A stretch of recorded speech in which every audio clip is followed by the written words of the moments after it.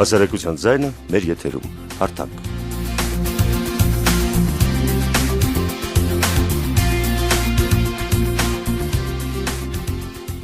Բարի օր, եթերում հասարակական կարծիքի ուսումնասիրման կենտրոնի հարթակ հաղորդաշարն է։ Մարտի 8-ը կանանց միջազգային տոնն էր, որը Հայաստանում շարունակվում է մինչև ապրիլի 7-ը, ճիշտ 1 ամիս։ Ավարտվեց կանանց տոնը։ Հարթակը կրկին շնորհավորում է բոլոր կանանց եւ ցանկանում, որ բոլորի սրտում լինի սեր։ Այսօր կանդրադառնանք, թե կանայք ինչպես նշեցին տոնը։ Դա տևեց 1 ամիս, թե 1 օր։ Կարծիք կա, որ կնոջ հանդեպ վերաբերմունքը արտացոլում է երկրի անվտանգությունը, բարեկեցությունը եւ երկրի հզորությունը։ Այս թեմաների շուրջ քիչ անց տաղավարում զրուցելու ենք գրող հրապարակախոս Լևոն Դռնոյանի հետ։ Մինչև այդ առաջարկում եմ լսել իմ գործընկերոջ անցկացրած հարցումը։ Կարծում եմ կանայք ու աղջիկներ այնքան գնահատված, սիրված ու հարգված պիտի լինեն, որպեսզի չսպասեն ու չփորձեն առանձնացնել մարտի 8-ը ու մարտի 8-յան զգացողությունները։ Անկախ բոլորիս կամքից վերածվում է տոնի, հրաշալի անցկացրի, աշխատավայրում գործընկերները անակնկալ արեցին, տանը տանեցիները անակնկալ արեցին։ Ինձ թվում է մարտի 8-ը պետք է լինի սկիզբը կանանց եւ աղջիկներին ամեն օր ուշադրություն դարձնելու։ Այսինքն, եթե մինչև մարտի 8-ը մարդիկ կան, որ ուշադրություն չեն դարձնում, դա պետք է դառնա հենց այդ մի ամսյակը, այն սկիզբը, որ ամբողջ տարին ամեն օր կանանց ուշադրության կենտրոնում պահեն, նվերներ անեն։ Մեզանից շատ բան չի գնում։ Կարող է մի հատ ջերմ վերաբերմունք կամ մի հատ փոքրիկ նվեր, կարող է աղջիկը կամ կինը հասկանա դա սրտանց է արվում կամ սրտանց է տրվում։ Այնպես որ կոչ կանեմ բոլոր տղամարդկանց ավելի ուշադիր լինեն իրենց կանանց նկատմամբ եւ միշտ կարողանան գեղեցիկը գնահատել։ Ինչ-որ առանձնահատուկ տոն չեմ կարող համարել, նշում եմ իմ հարազատ կանանց ու աղջիկներին նվերներ անելով ու իմ արդեն հարազատների հետ, ովքեր որ ինձ են նվերներ անում, ինչ-որ առանձնահատուկ նշելու տարբերակ չկա։ Դե ասում են, չէ, որ պետք է ուշադրություն դարձնել ոչ թե մի ամիս, այլ ամբողջ տարի, դրա համար ինքը շատ չի տարբերվում ուրիշ օրերից։ Հարայի ռադիոյի եթերում շարունակում է հարթակ հաղորդաշարը։ Այս պահին թեմայի վերաբերյալ մեզ տեղեկություն է տրամադրելու հասարակական կարծիքի ուսումնասիրման կենտրոնի փորձագետ Սոնա Մելիքջանյանը։ Բարի օր, Սոնա։ Ողջույն։ Սոնա, կա արդյոք վիճակագրություն այն մասին, թե հասարակության մեջ կանանց հատկապես որ մասն է ակտիվ։ Վիճակագրական վարչության տվյալներով 2015 թվականի դրությամբ տնտեսապես ոչ ակտիվ բնակչության 67%-ը կազմում են կանայք, ընդ որում այդ կանանց 46%-ը չի ունեցել աշխատանք եւ նույնիսկ չի փնտրել, հիմնականում զբաղված լինելով տնային տնտեսությամբ։ Վիճակագրական վարչությունը տնտեսապես ոչ ակտիվ բնակչությանը բաժանել է խմբերի, ելնելով չաշխատելու հիմնական պատճառներից։ Ըստ այդ տվյալների, ընտանեկան հանգամանքների բերումով չաշխատողների խումբը բաղկացած է բացառապես իգական սեռի ներկայացուցիչներից։ Սոնա, իսկ ըստ այդ տվյալների չկան արդյոք տարբերություններ պայմանավորված կանանց կամ տղամարդկանց տարիքով։ Այո, ունենք նման տվյալ։ Տնտեսապես ոչ ակտիվ կանանց եւ տղամարդկանց թիվը զգալի տարբերվում է հատկապես 25-ից 49 տարիքային խմբի մոտ,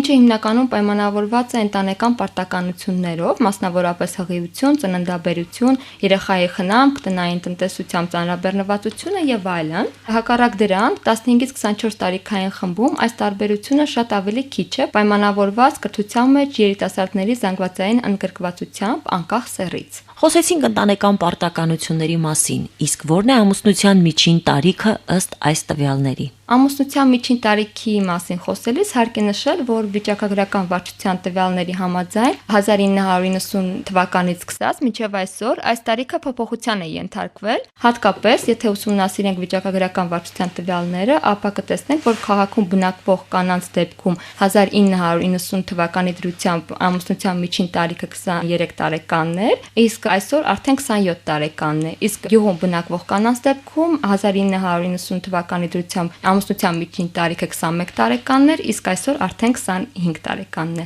Ըստ էության, այդ թվերից կարող ենք ենթադրել, որ իգական սեռի ներկայացուցիչները սկսել են առավել շատ ուշադրություն դարձնել իրենց կարիերայի կառուցմանը եւ ուսմանը։ Իսկ արդյոք կարող եք ասել, որ ոլորտներում է կանանց հիմնական զբաղվածությունը։ Կան տարբերություններ, որոնք պայմանավորված են սեռով։ Եթե դիտարկենք ըստ սեկտորների, պետական եւ ոչ պետական սեկտորները, ապա այստեղ կարող ենք տեսնել այդ տարբերությունը եւ հատկանշական է այն հանգամանքը, որ կանայք առավելապես ընդգրկված են պետական սեկտորներում, նրանք կազմում են պետական սեկտորների աշխատակիցների 58%-ը, իսկ տղամարդիկ առավել ոչ պետական սեկտորներում եւ կազմում են 56%-ը։ Նաեւ եթե անդրադառնանք տղամարդկանց եւ կանանց բարձրացության տարբերությանը, կա մի փոքր կարծրատիպային կարծիք այն մասին, որ կանայք առավել ցածր են վարձատրվում պատրաստվում, քան տղամարդիկ, սակայն դա պայմանավորված է ոչ թե սեռով, այլ զբաղեցրած պաշտոնով, այսինքն հաստիքով։ Պետք է նշել, որ վիճակագրական վարչության տվյալների համաձայն վերջին 10 տարիների ընթացքում վարձատրության միջև տարբերությունը նվազել է 10.8%-ով։ Շնորհակալություն Սոնա,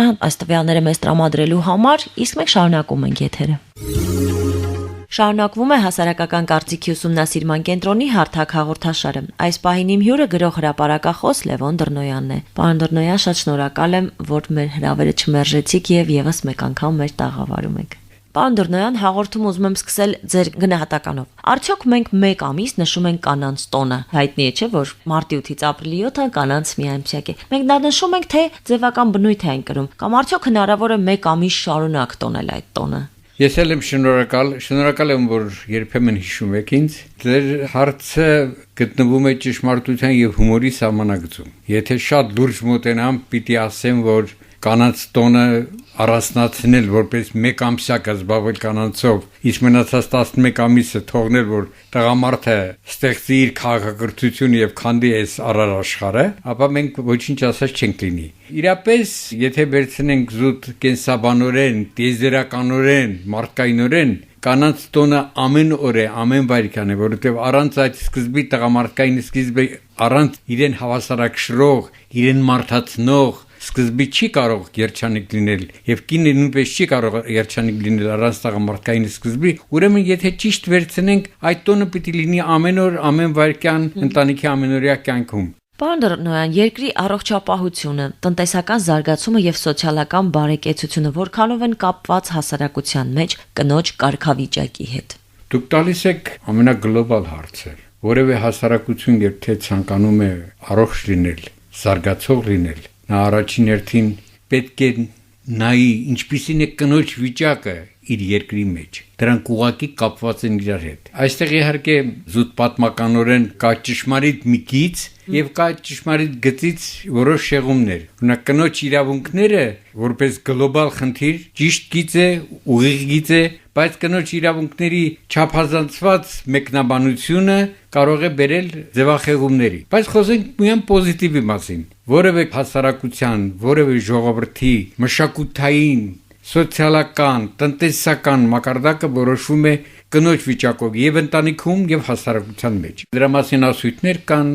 եւ այդ տեսակետից եթե նայենք խնդրին, հայ ժողովուրդը իր պատմական զարգացման ընթացքում կնոջը միշտ բավականաչափ լավ տեղ է տվել։ Բարձր է։ Դրանով մենք եվրոպական ժողովուրդ ենք։ Ասիականությունը, կնոջ խեղճությունը քիչ են եղել եզնուտ։ Մենք տեսել ենք մեր մայրիկներին, տատիկներին, որոնք տան գլխավորներն էին։ Այս ասելով հանդերձ, այդ խնդիրը ես ուսումնասիրել եմ ժամանակին, մեր բանահյուսության մեջ, ազգագրության մեջ ես գտել եմ նաև կտորներ, երբ մեր կինը եղել է նաև նվաստացված։ Այնպես որ չենք իդեալականացնի հայոց բնավորության մեջ է դրական գիծը, որ մենք լավ ընտանիք ունենք եւ կինը մեր մոտ հարգված ու սիրված է, բայց այնուհանդերձ այդ բարիքը մեզ տրված է Աստծո կողմից եւ մեր պատմության միջոցով։ Այնպես որ կնոջ զարգացման մակարդակով իհարկե անպայման որոշվում է տվյալ հասարակության եւ սոցիալական եւ տնտեսական եւ մնացած ասպարեզների մակարդակը։ Այսօր մենք կարծես թե ունենք կանանց երկու ապրելակերպ, կանայք ովքեր գործազուրկ են կամ կանայք ովքեր իրենց վրա են վերցրել տան ամբողջ բեռը եւ աշխատում են օրնիբուն, եթե կարելի այսպես ասել։ Մարդու սրտում երջանկություն չկա, քանի դեռ լուծված չէ սոցիալական բարեկեցության հարցը։ Ինչպես մենք կարող ենք հասնել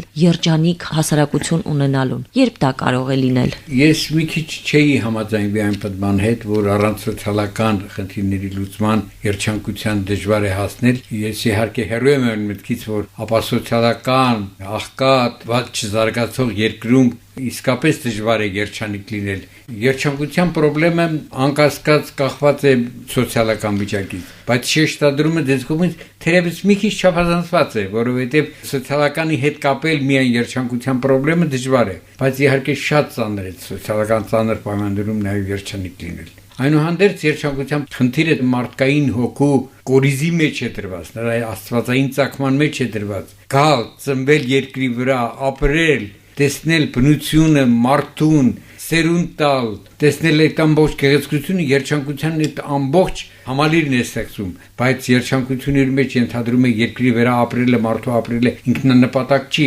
ապրելու հետ միասին պիտի կրթվել, բան հասկանալ, որ բան տանել տիեզերքին ասել, այս կյանքից ես մի բան հասկացա, դրա համար երջանկության հետ միասին տրված է նաև երկակի աշխարհի խնդիրները, երբ որ մարդ ունենում է հակասություն ինքն իր հետ, գործում է լույսի եւ խավարի բևեռները, լավն ու վատը, չարն ու բարին, չնայած դրանք իրենց էության մեջ հարաբերական են եւ զուտ աստվածային ստեղծագործություն են եւ ստեղծում են պայմաններ մարդու զարգացման համար այնուհանդերձ երջանկությունը դրա բուն զգացողության աստվածային զգացողության մեջ է բայց եւ ամբողջ համալիրն էլ հետը երբ մարդ սովորում է դժվարությունների մեջ ծանր ճանապարհին խելք է հավաքում սիրտն է հավաքում սիրտն է զարգանում եւ այդ ամբողջը իրար հետ կոչվում է կյանք Կանանց սահմանափակ հնարավորությունները եւ դրա հետևանքը ընտանիքի վրա ինչ կարող է լինել այս դեպքում եթե կանայք ունեն սահմանափակ իրավունքներ կարող է արդյոք ունենալ լավ ընտանիք կամ ընտանիքը լինել հաջող երջանիկ Այդ խնդիրը Հայաստանում եւ աշխարհում այդպես դրված է, բայց կնոջ իրավունքների սահմանափակության խնդիրը ուրիշ կողմից պետք է մոտենալ, ոչ թե սկսել իրավունքները լայնացնել, ստեղծել լավ երկիր, լավ տնտեսապես զարգացող երկիր, դուք կանանց իրավունքները կլայնացնեք։ Մենք երբեմն մեր երկրի զարգացման խնդիրները մենք շատ վերացական ենք դնում, բայց դրանք ունեն շատ կոնկրետ ճանապարհներ։ Վերջին ամիսների ընթացքում մի քանի դրական տեղաշարժեր ենք տեսնում երկրում, կապված երկրում գործող համակարգերի մեջ անարդարության, սխալի պակասեցման Երբ որ մի բան տեսնում ես, որ երկրում լավ բան արվում, մի բան արդյունք է տալիս, դուք դրանով կնոջ իրավունքները մեծացնում եք, որովհետև կինը սիրում է օդ շնչել, լայն շնչել։ Տվեք երկրին հնարավորություն զարգանալու, իսկ զարգանալ նշանակում է մարդուն տալ հնարավորություն աշխատելու եւ ստեղծագործելու։ Այդպիսի որոշ տենդենսներ մենք հիմա նկատում ենք։ Մենք նկատում ունենք իմ ընտանիքը եւ իմ մերձավոր շրջապատը, այդպիսի հակումներ նկատում ենք երկրի կյանքում, որ կա դրականության որոշակի շեշտեր եւ դա մեզ հույս է տալիս, որ մեր երկրում մարդու իրավունքները կարող են լայնանալ կապված միջազգային համայնքի հետ մեր համագործակցության հետ եւ դրա հետ միասին նաեւ կնոջ իրավունքները Կնոջ իրավունքը չեն դնում ու ասենք դու այսօրվանից ավելի լավ իրավունքներ ունես, ավելի բարձր իրավունքներ ունես տղամարդու հետ խոսելու, քան երեք ունեիր։ Ստեղծեք սոցիալական բարենպաստ միջավայր նրա ընտանիքի համար եւ նա ազատ կշնչի եւ նրա իրավունքները այսինքն կընկնի իր տեղը։ Ինքնին ամեն ինչ կընկնի իր տեղը։ Պարոն Դռնոյե, ես առաջարկում եմ լսել իմ գործընկերոջ պատրաստած ռեպորտաժը, որից հետո կշարունակենք մեր զրույցը։ Կանանց ամենաերկարատև տոնը մայրության եւ գեղեցկության մեկ ամսյակը մոտեցավ ավարտին։ Երևանի դրամատիկական թատրոնի գեղարվեստական ղեկավար Արմեն Խանդիկյանն ասում է, որ կանանց ուշադրություն պետք է դարձնել ոչ թե 30, այլ ամեն օր։ Լրագրող Աննա Իսրայելյանն էլ պատմում է, թե մեկ ամսյակը որևէ ձև առանձնացավ իր համար, թե ոչ։ Մեկ ամիս շարունակ չենք անում այդ բանը եւ ընդհանրապես հնարավոր էլ չի մի ամիս շարունակ անել։ Հիմա հերթապահ նախադասություն չասեն, միշտ պիտի լինի դա, մանավանդ կողքիդ կնոջ քրոջը մորդ նկատմամբ աղջկատ նկատմամբ պիտի վերաբերմունք լինի դա թող կանայք ինձ ներեն մի քիչ ուշ են երևի շատերս տղամարդիկ հասկանում որոշ բաներ սովորաբար մի էսպիսի անեկդոտիկ բան կա ասում են տղամարդը օրվա մեջ 15000 բառ է ասում իսկ կինը 30000 երբ որ կնոջը հարցնում են ինչու 30000 կրկնակի ավել ասում են որտեղ տղամարդուն նույն բանը երկու անգամ պիտի ասես որ հասկանա ինչ ես ասում Միայն ծաղիկ նվիրելով չես ամեն ինչը։ Միայն շատ անուշ խոսքեր ասելով, որոնք կարևոր բաներ են, բայց ամենաէականը չեն դրանք։ Վերաբերմունք, որ դիմացդ կանգնած է մեկը, որը շարունակելու է այս կյանքը։ Շարունակությունը կյանքի կնոջ ձեռքում է Աստված տվել։ Այս մեկ ամիսը ես վերջին բանը, որի մասին մտածել եմ, դա այն է, որ սա կանանց միամսյակն է։ Բնականաբար, քանի որ զուգահեռվեց այս ամիսը քարոզարշավի հետ, մենք օրդին բուն զբաղված էինք ընտրությունների լուսաբանմամբ եւ շատ ներողություն այս անկեղծության համար, անգամ դիմահարդարվել չէի հասցնում, ուր մնաց թե փայլու մեջ նայել, ինչ որ կերպ արժևորել, որ սա այս միամսյակն է, չէ։ Թեև որ շատ անկեղծ ասեմ, բացառությամբ կոնկրետ այդ ամսակի սկիզբի եւ վերջի մարտի 8-ի եւ ապրիլի 7-ի անցած տարիներին էլ առանձնապես ողջ ամսվա ընթացքում որևէ ձեով չեն առանձնացվում այդ օրերը մնացած օրերից Արմեն Խանդիկյանն ու Աննա Իսրայելյանը համաձայն են, որ սոցիալական խնդիրները կարող են նվազեցնել կնոջ հանդեպ ուշադրությունը։ Սոցիալականը, եթե վատ է, դժգոհությունը արդեն մտած է ներս։ Եվ դա եւ ներվային համակարգը, եւ լարումները շատանում են ընտանիքում, եւ բնականաբար սկսում է ինչ-որ դժգոհություններ, կոնֆլիկտներ, բայց եթե եղան երկուսով իրար մեջք-մեջքի, իրար կողքի,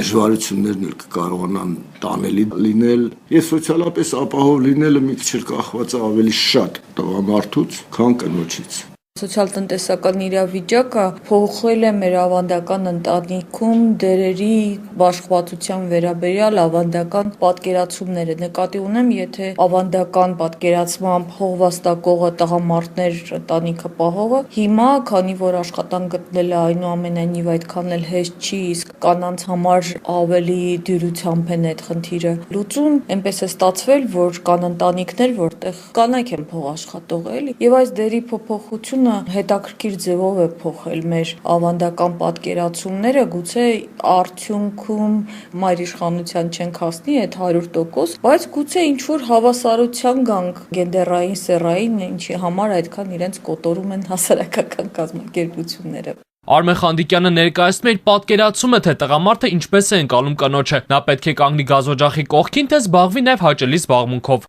Գազօջախ, երեխաներ, բան, սա ընտանիք է, որտեղ պետք է այս գործը հիմա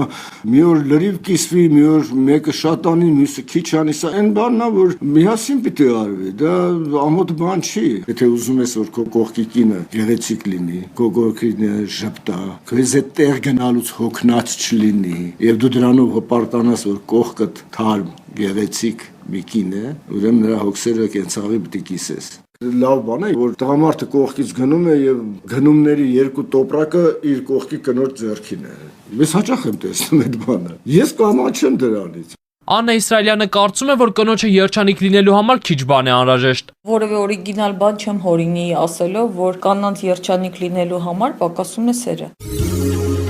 Եթերում հասարակական կարծիքի ուսումնասիրման կենտրոնի հարթակ հաղորդաշարն է։ Պարոն Դռնան, դուք ձեր երգերում երկրի զարգացման ցանկացած ոլորտ հիմնականում կապում եք մոր հետ։ Արդյոք չեք գերագնահատել ընտանիքում մոր դերը։ Կարծես հայրերը ասելիք չունեն։ Գուցե մենք ենք սխալ հասկացել։ Ձեր ասածը շատ ժպիտ է առաջացնում։ Եթե կինը կազմում է մարդկության կեսը, ապա մեր ամբողջ հույսը, մեր ամբողջ հավատը անկասկած կնոջ վրա է։ Սա ոչ թե մեխանիկական դեր տալ է կնոջը, որ տվեցինք եւ ահա դե հիմա քուսելինի վրա ենք դեր, մեզ կպահես, պահպանես, ամուսնու առողջացնես, երեխեքին լավ կնայես, կեսուր կեսրերի լավ կնայես եւ մեր երկիրը երջանիկ կլինի։ Այդպես չէ ուղղակի։ Խնդիրն այն է, որ իմ աշխատությունների մի մասի մեջ է այն մատենաշարը, որին դու ծանոթ եք առողջության ուղեկցել, մայր կնոջ երևի դու դա նկատել ես։ Ես ունեմ նաև շատ այլ աշխատանքներ, դրանք իմ աշխատանքների միայն մի մասն են կազմում։ Որևէ չափազանցություն չկա։ Կնոջ մշակութացումով, կնոջը սիրելով, կնոջ նկատմամբ այդ գնահատանքի, բարձրացման, սիրո, այդ մթնոլորտը ստեղծելով, տղամարդը երջանկացնում է միայն իրեն։ Ես առիթից օգտվում եմ ուղղակի, երբ որ դուք ինձ հրավիրեցիք հանդիպման, ես վերցեցի երկերորդության իմ հատորը պոեզիայի։ Ես մի երկու բան կկարդամ, ուղղակի որպես օրինակ այն բանի, թե ինչպես տղամարդը կարող է զգալ կնոջ երջանկացնող ազդեցությունը։ Հաճույքով կլսենք, պարոն Դռնոյան։ Քո արծաթյա գոտին աղեղվել է մեջքիդ, իմ արշալույս որդին, ցոլք է գցել դեմքիդ։ Արև ու արցունքներ նրա դեմքին սիրուն, յոթ գույն ծիածանվել ավետում են գարուն, գոտուն քո արծաթյա ուզում եմ շղթայվել, որպես գերիալ արքա տիրել ու ծառայել, ձեզնով լցված եմ ես, էակներ իմ անգին, զավակ իմ լուսերես, սրտով սիրած իմ կին։ Երբ որ կնոջը դուք ասում եք, որ պատրաստ եք նրան եւ սիրել, տիրել եւ ծառայել, այդ երկուսի միասնականության մեջ է հենց կնոջ երջանկության այն բանալին, որով նա կարող է բարձրանալ եւ իր դերը կատարել նախ քո կյանքում եւ ընտանիքի կյանքում եւ երկրի կյանքում։ Սիրել կնոջը դա նշանակում է ինքդ ես բարձրացնում քեզ։ Ինչպես պետք է անենք, որպեսզի տղամարդիկ վերջապես գիտակցեն այն, ինչ հենց նոր դուք ասացիք, այսինքն որ պետք է սիրել, պետք է տիրել, այսինքն այդ գիտակցությունը մարդկանց մոտ ինչպես պետք է գա։ Մարդուն որևէ գիտակցության բարձր մակարդակ ներշնչելը դա քարոզչության գործ չէ նախ եւ առաջ։ Մարդուն խելք սովորեցնել խրատներ տալով ոչինչի չեք հասնի։ այս ամբողջը մշակութային խնդիր է։ Այսինքն հեռուստատեսությունը, ռադիոն, օրական կյանքը, ամենօրյա ընտանեկան հարաբերությունները, տան տիրող մշակութային միջավայրը պետք է կրթեն տղամարդու եւ կնոջ սիրտը։ Պոեզիան, գրականությունը, տվյալ ժողովրդի բուն մշակույթը եւ համամարտկային մշակույթը հասցնելով ընտանիք։ Այս միջոցով է հնարավոր առողջացնել եւ կնոջ հոգեբանությունը եւ նրան ավելի երջանիկ դարձնել։ Պանդրնոյան եւս մեկ անգամ եկեք մի փոքր դադար տանք, այս անգամ լսենք մեր համակարգացիներին, որից հետո կշարունակենք մեր զրույցը։ Եթե դու այդ տոնը ընկալում ես, այսինքն պետք չի փնտրել քեզ համար ինչ որ մեկը տոնի վերածես թե ոչ, իսկ ինձ համար վերածողները իրականում դինում են երևի դրանից է գալիս, սկսվում է օրս տանը, նախորդ օրվանից իմ եղբոր հայրիկի կողմից է, ես մանկուց դա տեսել եմ ու հետո ունեմ հրաշալի կոլեկտիվ։ Մեր տղաները բացառիկ են այդ առումով։ Մարտի 8-ը սովորական օր չէ, բայց այնպես չի, որ ինքը կարելի է համեմատել ու դարձնել ինչ-որ ճոխ տոն։ Պարզապես տղաները այդ օրը պետք է ամեն ինչ անեն, որ աղջկա օրը գեղեցիկ անցնի։ Պարտադիր չի դա լինի ճոխ նվերներ, պարզապես գեղեցիկ օր, հիշվող օր պետք է լինի։ Իմ մոտ ընկերուհիներով անցավ, շատ ուրախ անցավ։ Աղջկա հանդեպ ուշադրությունը պետք է 12 ամիս տարվա մեջ։ Այս տարի ցավոք սրտի չէ, մեզ չհաջողվեց նշել, քանի որ ամուսինս աշխատանքի բերումով գերծանրաբեռնված աշխատում էր։ Սպասենք ապրիլի 7-ին։ Ցանկալի է, որպեսզի կանայք միշտ ուշադրության կենտրոնում լինեն, տարին 12 ամիս։ Պարտադիր չի դա անպայման թանկարժեք նվերների տեսքով դրսևորի, բայց ուշադրությունը ամենակարևոր բանն է կնոջ համար։ Շարունակում ենք մեր զրույցը եւ ուզում եմ անդրադառնալ երիտասարդների գործունեությանը։ Ընտանիքի հիմնականում հայրը կամ եղբայրը շատ դեպքերում չեն սատարում երիտասարդ աղջկա հասարակական կամ քաղաքական գործունեությանը։ Պանդրնոյան, ըստ ձեզ դա հասարակության մտածելակերպի խնդիր է, այստեղ կարիք կա ինչ-որ բան փոխելու, թե ժամանակը ինքը իրենը կանի։ Կինը պետք է զբաղվի կյանքով, իսկ կյանք հենց ինքը քաղաքականությունը, հենց կյանքի խնամքն է։ Մենք այս ամեն ինչի համար ենք անում, ընտրություններ ենք անում, պետություն ենք ստեղծում, որովհետեւ մարդուն խնամենք։ Այնպես որ մեծ հաշվով ոչ մի մեղ չկա դրանում։ Խնդիրն այն է, որ քաղաքականությամբ եւ սոցիալական հարցերով կինը չպետք է զբաղվի այնպես, ինչպես տղամարդն է զբաղվում, որովհետեւ տղամարդը շատ լավ ձևով, շատ հարմար ձևով քանդում աշխարհը, հետո կնոջը քաշվում մեջտեղ, ասում է՝ «Արի ինձ օգնիր, այս քանդած աշխարհից մի հատ կարգի բերենք»։ Այ եթե կինը իր ներդաշնակությամբ, իր մշակութային մտածելակերպով, իր զգացողություններով, այն բանը, որ կանացի գեղեցկության եւ կնոջ սրտի միջագտում, դրանով զբաղվի երկրի սոցիալական ու քաղաքական հարցերով, մենք ունենանք այն ժամանակ այն կասկած ավելի առողջ հասարակություն։ Պանդրնոյան եւ միգուցե ինչ որտեղ փիլիսոփայական հարց։ Դուք մասնագիտությամբ սրտաբան եք, այսինքն գործ ունեք մարդու ամենանուրբ օրգանի հետ, ամենակենսական օրգանի հետ։ Ինչպես կարելի է բուժել մարդկանց սրտերը։ Ինչով։ Մարդկանց սրտերը շատ զարմանալի է եղել։ Այս ճակատագիրը իմ ընտանիքի կինս է Լարիսա Գնարյանն էր, սրտաբան էր։ Խնդիրը որն է։ Խնդիրը այն է, որ սիրտը բացի ֆիզիկական օրգան լինելուց, նա նաև 3 կարդում իսլանդական էպոսի հետ առնչվող նյութերին, որ սիրտը բնակարան է հոգու համար, սիրտը նաև զգացողական օրգան է, սրտի ամբողջ սպեկտրը տեսնել։ Նրա ֆիզիկական նշանակությունից որպես այս օրգանիզմը պահող, արյունմատակարարող մի օրգան, որի մասնագետն եմ եղել ակադեմիական գիտության իմաստով, գիտությունների տեխնացու, եւ տեսնել մինչեւ սրտի այլ բնորոշումները, այլ դերը, որ նա ունի, այսինքն որպես զգացումների կրողը, որպես գեղեցկության զգացողը, եւ դեր հարցնչում էր այնպես, որ պետք է բուժել առողջ կենցաղի եւ առողջ մշակույթի միջոցով։ Այս երկուսը միասին, առողջ մշակույթը դա ազգի բնիկ մշակույթն է, գումարած համամարտկային առողջ մշակույթը։ Երկրորդը առողջ ապրելակերպ նվիրված են պրակները, որոնք ծանոթ եք, անմատենաշարը, առողջ սնունդը, առողջ մշակութային ապրելակերպը, այս ամբողջը համալիր է, համակարգ է, այս ամբողջը պետք է մտնի կրթություն։ Պանդրնոյան, իհարկե ձեզ հետ անչափ հետաքրքիր է խոսել եւ միշտ։ Եվս մեկ անգամ շնորհակալ եմ, որ մեր տաղավարում եք։ Ես էլ շնորհակալ եմ հրավերի համար, պատրաստ եմ գոնե տարին մեկ անգամ հանդիպել ձեզ հետ եւ խոսել այս նյութերի մասին։ Շնորհակալություն։